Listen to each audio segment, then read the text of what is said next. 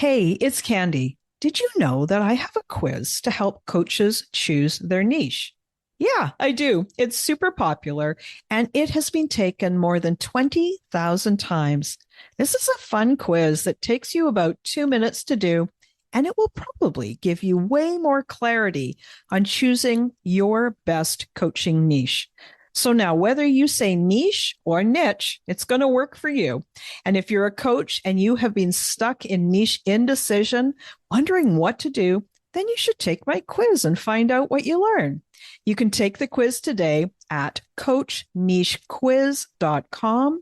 That's coachnichequiz.com. Okay, let's dive into this week's episode.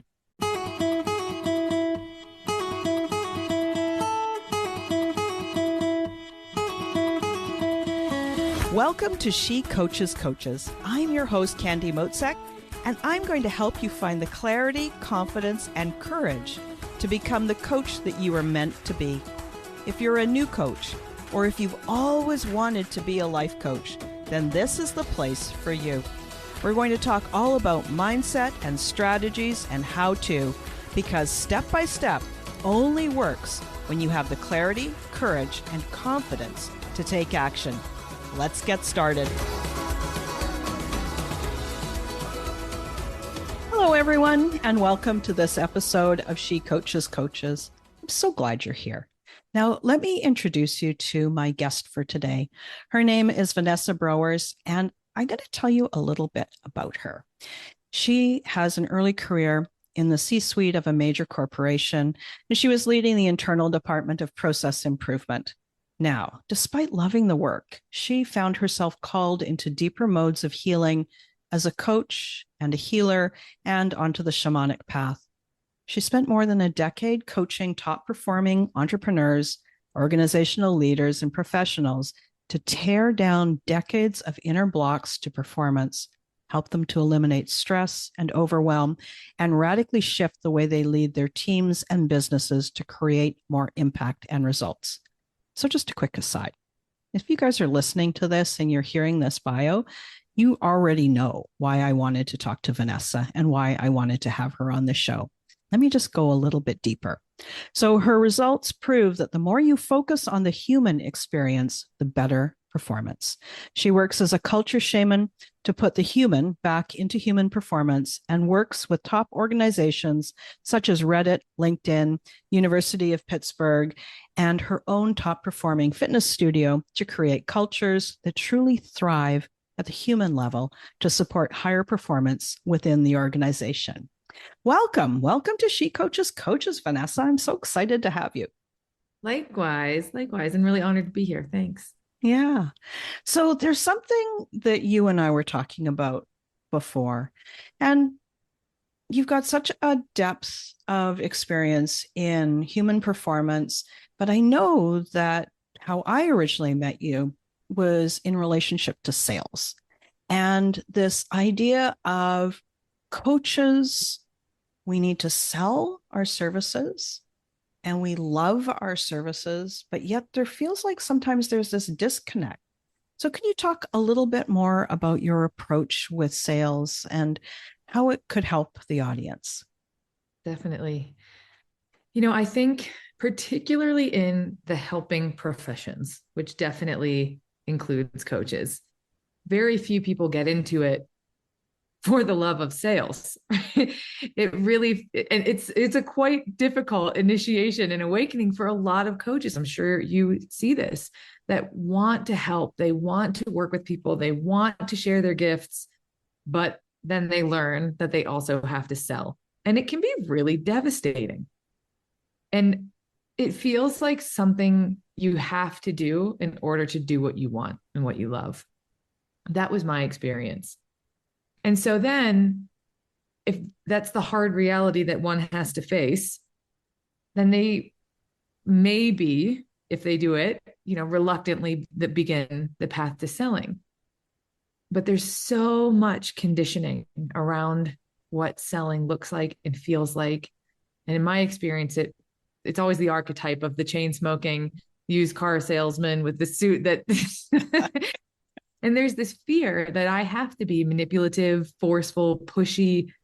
The word that I like to use is irreverent, like really not having respect for the other person in order to do the opposite once they work with you. And it creates this real deep conflict. And most people who are coaches and in the helping profession on an unconscious level would actually rather fail than do that. Yeah. Agreed. And, as you were describing at the beginning, this idea of this, you want to be a coach, you want to help people, you want to have an impact, you want to make an amazing business. And then you find out that you actually have to sell to do that. Mm-hmm. And I had exactly that experience. And a lot of my clients do as well. But I honestly remember being in my coach training years ago. And it was like, because I knew how to coach, that all of a sudden people would come and knock down my door. And the people that were kind of alluding to that, or I think they somehow really believed it. Like, I don't think that they were being deceptive in any way, but it was like a big bucket of ice cold water when it was like, what? I'm a coach, and like nobody's just kind of showed up on my doorstep and said, hey, I want you to coach me here, right? Like it just didn't happen. And so it's all the D words: disillusioning, disappointing, yes. Like just all of those words really showed up for me. And so I really, I just think that that's a very strong theme for coaches. And so that's one of the reasons that I was so like just excited about learning about sales from you. So disenchanted is the word it felt for me. Like, it was heartbreaking. Yeah. Right. And the direct result, more D words today. The direct result is that the vast majority of coaches that kind of take that dream of something like, I want to do this. I know this can make a difference in the world. I know this is what I'm meant to be doing.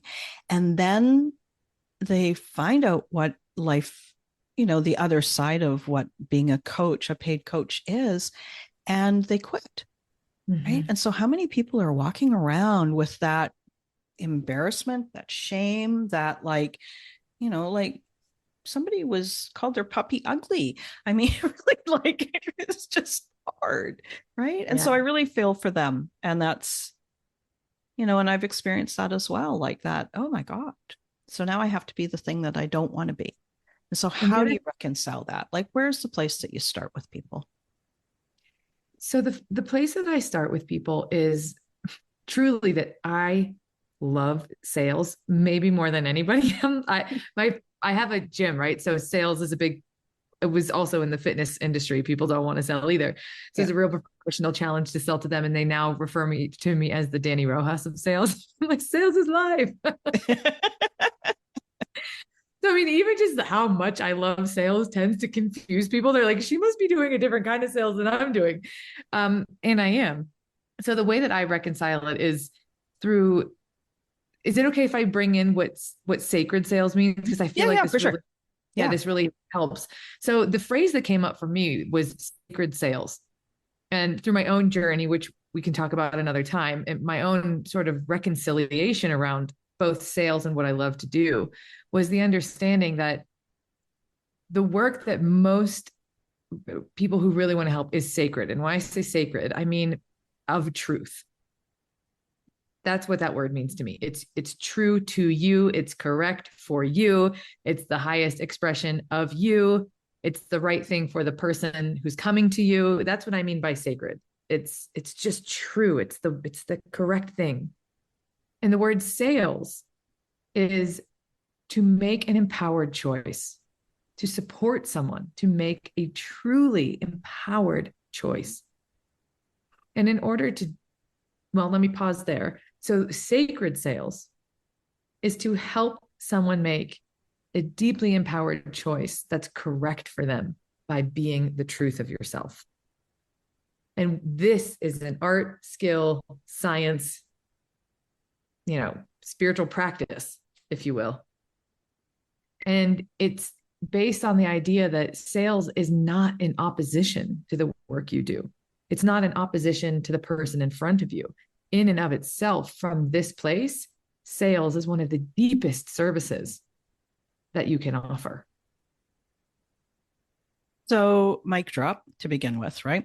And then what really strikes home with me here is that what you're describing is, for me, the heart of coaching, right? Mm-hmm. And so that's why coaching is so amazing, is because it's like we see that individual in all that they can be, and we just kind of plug them in, and then they see it, right? And so that's what's so cool about coaching. And so then to find a way of offering coaching, selling coaching in a way that's not icky, that's not pushy, that's not grabby, that's not manipulative, it feels like it's like the best of both worlds, right? Yes. I love that you said it is the heart of coaching. Being a coach automatically, this is going to be, I've never said this out loud, but I think it's going to be really fun. Being a coach automatically makes you excellent at sales, which is so, because the heart of really, and sales is another skill, like that's important to name. But what actually makes you excellent at sales is using that same coaching part of your brain that is sitting with the person and this is how it works for me. I'm listening to their words, but I'm feeling, well, that word didn't go with that word. And what do they mean by that? You know, it's that thing that's happening in your brain. You do that in sales. The difference is that you do it in service of them deciding whether or not they're ready to really do the work. In a coaching conversation, that same mechanism is how you lead them, you know, in, for lack of a better word, out of the problem and into the solution, or beyond the solution into something different. It's the same exact mechanism. It's just that the reason for using that part of your coach brain is different in sales than in a coaching conversation. Right. I don't know if I explained that very well. Yeah, no, it's an unusual concept, so it's hard to put some language around it sometimes, but I think people can feel it. And that's one of the great things about the podcast and the audio, is that people can feel something as well, just as much.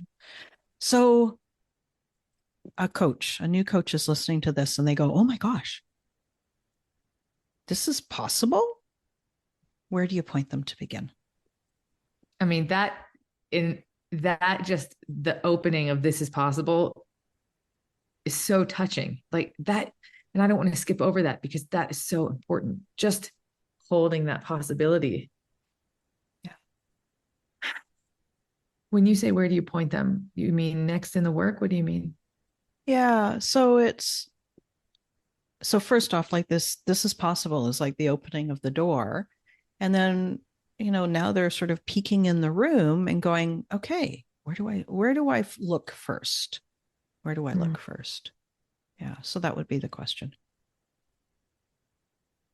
I mean, very practically, there are lots of people doing this work, myself included. Mm-hmm.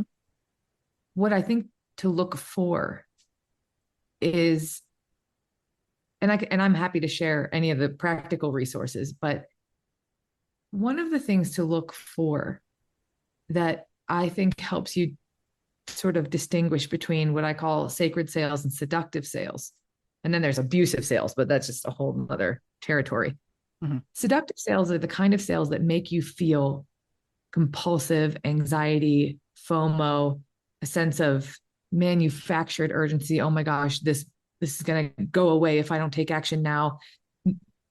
And I think a really big important marker is that I can't be the only one that this has happened to, but when you're about to hit buy on a program and that this other whole part of your body and brain is just like, please don't, but you feel like this is going to save me, and it's this really actually quite toxic inner dynamic that is designed to make you feel that way. So if you're feeling this, oh my gosh, if I don't have this, everything's going to drain away. And if I don't act right now, oh my God, there's a difference between that kind of urgency and real urgency. But in someone who is leading and facilitating sales from a sacred place, there's a greater sense of you are respected in your decision, your fears and objections are welcome, your hesitations are valid. Take your time, it's an important decision. You know, the fast action bonus is not leaving today, right? Yeah, exactly. And I don't want to fault those kinds of sales or make them vicious or toxic or wrong, because I really do believe that most of the time they're well intentioned. It's just that I think they're incomplete. And so the first place that I would say, if someone's peeking their head in the door, they're only peeking their head in the door because there's still a bit of disbelief that, is this really real? Can I really trust this? You can trust your body. You can trust yourself. And so if you feel like this person isn't going to, you know, slam the door in my face or pull a trap door that I fall through once I hit by, you know, you can trust that. So listen to your body. Notice what's the driving impetus, right? Like, do you feel like you're going to miss out on this thing if you don't go right now? Does your brain say, I should do this, and your body's kind of pulling away? Those are the two things particularly that I heard. And I would add one. Do I feel like the person selling respects me? That feels really big, because one of the really foundational elements of sacred sales is that you are deeply respected and deeply respectful. Yeah. And I feel like a lot of the time what's actually happening is there's more of a transaction and commodity relationship. I'll feel like if you feel like a sale. Yeah. Yuck. You know what I mean? Yeah. Yuck. Just an ick. So this is interesting because, again, it's reminding us that we know what's right for us as well. And also that there's this, it's something that we're doing as a partner together, not something that the person who is making the offer, the invite, is doing imbalanced, in an imbalanced way, not true to us, not a win-win. I know that's kind of like maybe not the best way to describe it, but it doesn't feel mutual. That's the thing. Yeah. Yes. Right? Yes. Okay. And it doesn't feel hierarchical. Is that a word? Am I saying that right? Yeah, I think so. Yeah. Like we're people together, not one higher than the other. Sort of the way okay. So can we take this and make it a little bit more practical? So coaches are really great about listening to themselves. Sometimes we're not so great at trusting what we're hearing, but we can we can hear it, right? We're not going down that path. So true. But talk about the practical side. So I'm a relatively new coach. Just say I'm a relatively new coach. And I really, really would love to sign some amazing clients. I really want to coach. I really know that this is something that's going to make a difference in their life. Where do I start? Tell me the practical stuff of it. So I can go really practical if you want inside the sales conversation. Would that be helpful? Sure. Yeah, sure. Yeah. So, you have to learn, you have to learn to be a coach. I mean, that's sometimes missed. If you're really confident in your abilities as a coach, it might be a slower pace to really lead into the business. And I think it's okay to let yourself take it slow.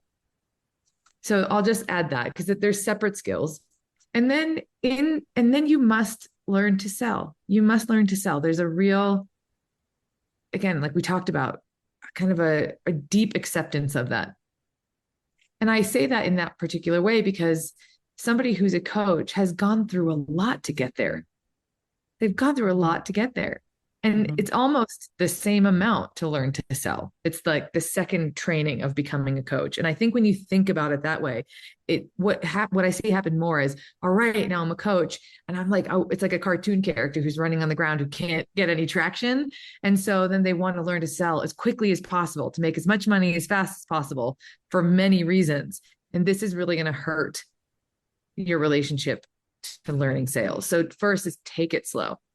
The second is to understand that the sales conversation, as I teach it, and this is not always true, but as I teach it, is not a coaching conversation.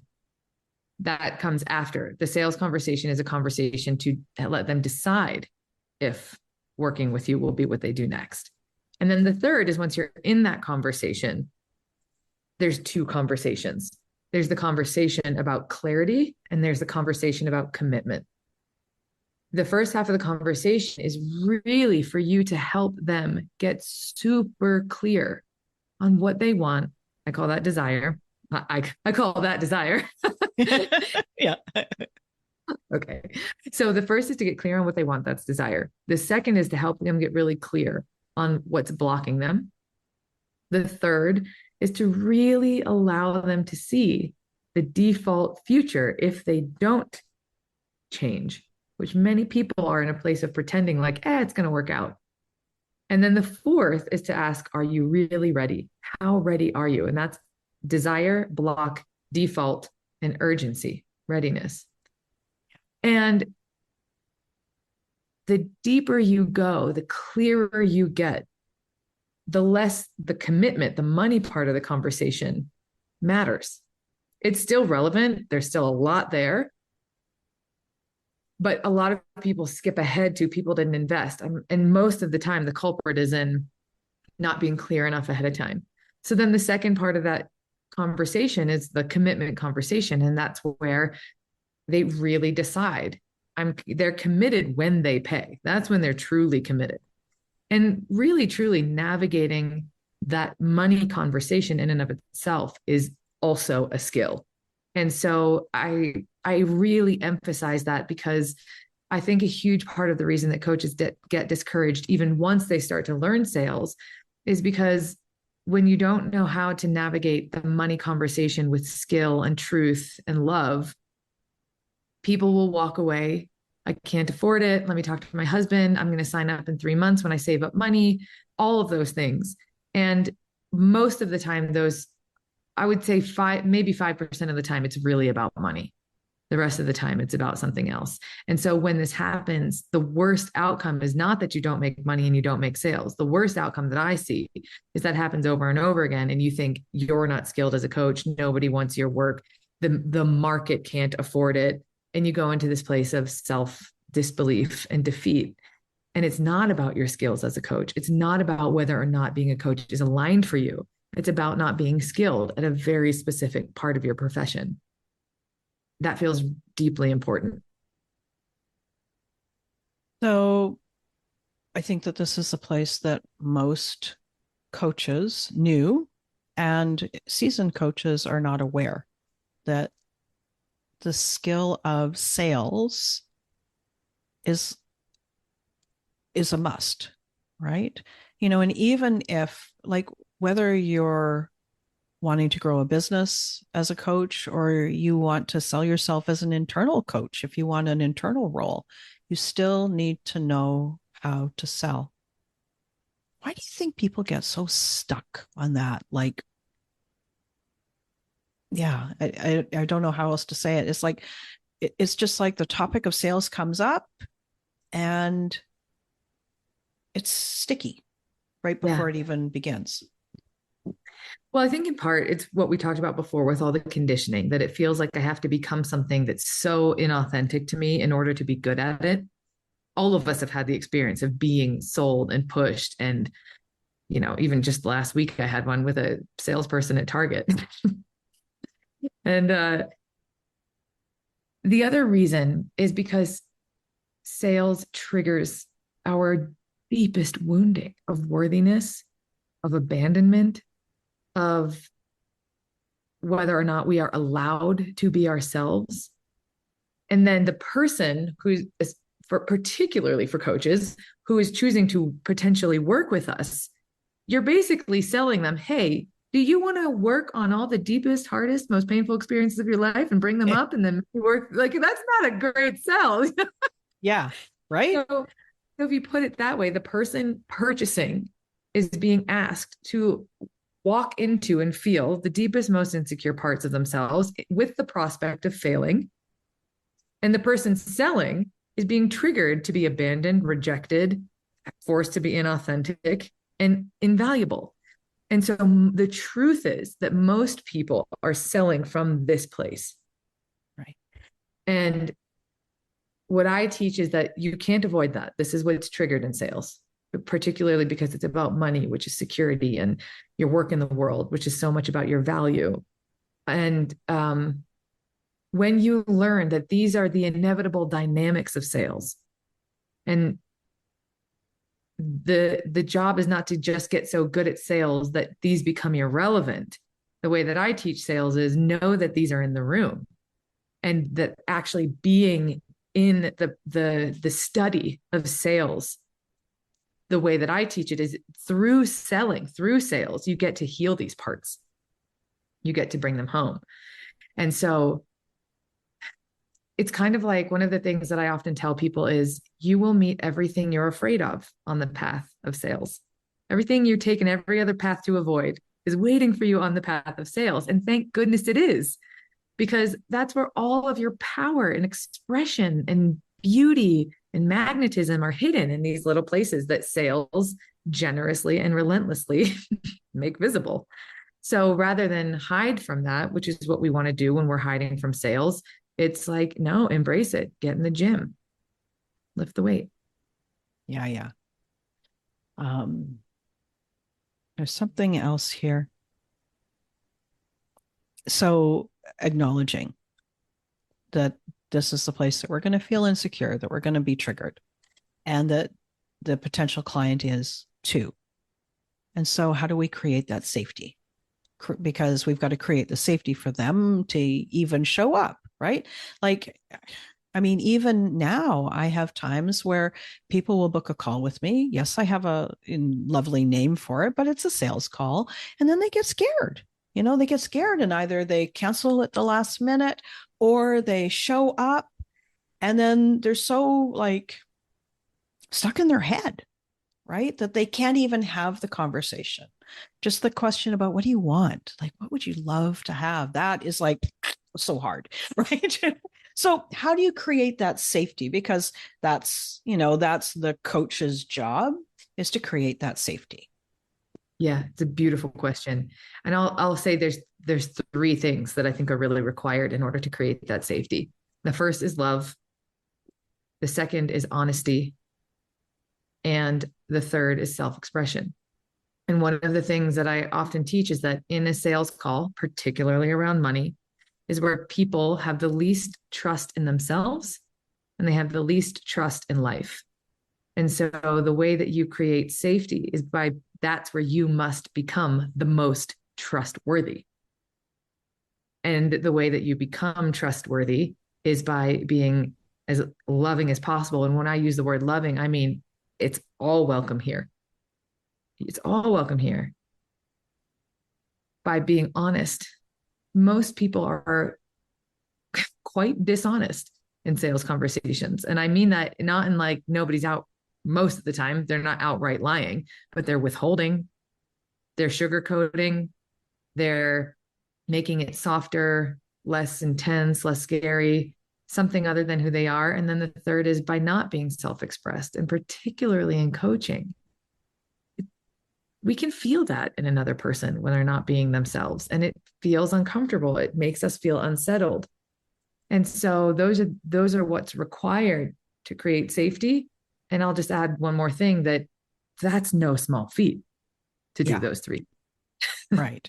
That's why I say it's some of the, sort of back to acknowledge well that the sales conversation is different than a coaching conversation.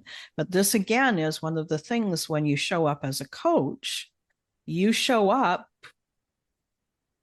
who you are, transparent, right? Not to overshadow the client or to derail the conversation or to create a comparison, but to be honest. And so here it is again, right? So if you don't show up honestly in a loving way, creating safety, being trustworthy in yourself, having that integrity within yourself, then you can't show up that way within coaching, because it's like, who was I talking to in that sales conversation? You're a completely different human, right? Oh, so true. And what I find is that coaches are showing up that way in their coaching conversations, but they're not showing up that way in their sales conversations. Exactly. So I had a little mind hack when I was really beginning to learn this, which was I'm going to pretend that every single person in front of me is already my client. And one of the things that I would say, and I don't anymore because it's more, I was saying it for me anyway, it helped for them, was at the beginning of the conversation, I would say, the way that I work in all of my conversations with both potential clients and current clients is to act as if you are already my client. And what that means is I will not withhold, I will not hold back. And that's all in service to you. Do you agree? And they would say, yes, most of the time. And then the other thing that I would say is, and we are here to assess whether or not us working together would be a next step. I'm perfectly okay with a yes. I'm perfectly okay with a no. What I want us to find is a clear choice. Are you okay with that? And I want that relaxed me, it relaxed them. And it did something else important, which was not pretending that we weren't there for a sale. Which is what I often find. I intentionally call mine sales calls because there's nothing wrong with any of the other names, so long as you're not unconsciously trying to make it something that it's not. Yeah. Naming it, just like there is a whole thing around how you name a consult, but actually naming what's in the room. Yeah, exactly. Exactly. And that creates safety, a lot of safety. Because it's not just the coach who's coming with selling conditioning. Your client is showing up assuming that you're going to be like every other salesperson they've ever met, disrespecting them, pushing them, manipulating them. And so they don't trust you, even if you're totally trustworthy. But they're still there, right? Yes. And so you can see that is the place that there is something that they want that is so compelling that they're willing to still enter into that. Which is so, I have to use the word sacred. It is so important. Yeah. Yeah. And the word that comes to me is that word of courageous, right? Yes. Like to show up knowing that somebody is going to ask you to spend money, knowing that you don't quite know what you're getting yourself into. Yeah. It really is another place to honor and to respect that potential client showing up. Yeah. And one of the things that it's become a mantra for me, even now, I say this all the time, is I will not abandon this human. And when I use the word abandon, I mean that I get so triggered and scared in my own stuff that I can't actually hold this container for them. And I will not do that. And I will do it 100 times. But when I see myself do it, I'll be like, no, get back here. Why are you leaving the room? Say the thing. Come on. Don't avoid it. Yeah. I know that. Right? You're a coach. If you're in sales, you've done it. Yeah. And it's hard to do that. Yeah. But it's a really interesting way to start the relationship. Because, then oftentimes we have a potential client, they show up for the consult, the strategy session, whatever you choose to call it, the sales call, and then they agree. And then they're ready to start and they pay the invoice. First call is scheduled and then they're terrified. Right. And so my experience is that I always ask them at the beginning of the call, so how are you feeling? And they're like, I'm okay. Fine. A little scared, a little nervous. And then, and then 5 minutes later, once we start, I say, how are you now? And they're like, oh, this is great. Right. Yeah. And so wouldn't it be amazing for a coach to have a sales call that's like that too, to have that. Right. And so I think that's Yeah, that's a lot. So, Vanessa, there is so much in this conversation, and there's so many different paths that we could go down, but it feels like we've covered enough. How would you like to close out?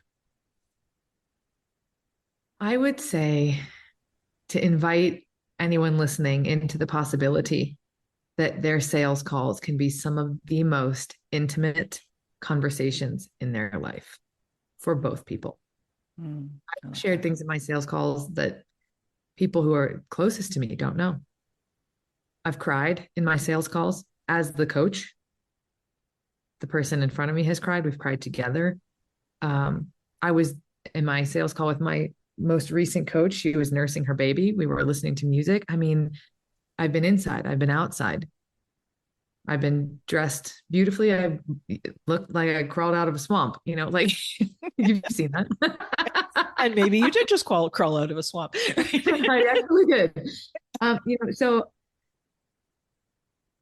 sales is generous and loves you and wants to turn you into the most self-expressed, whole, grounded, integrated human that you can be. That to me is what the potential of sales has to teach you. It's really not about money.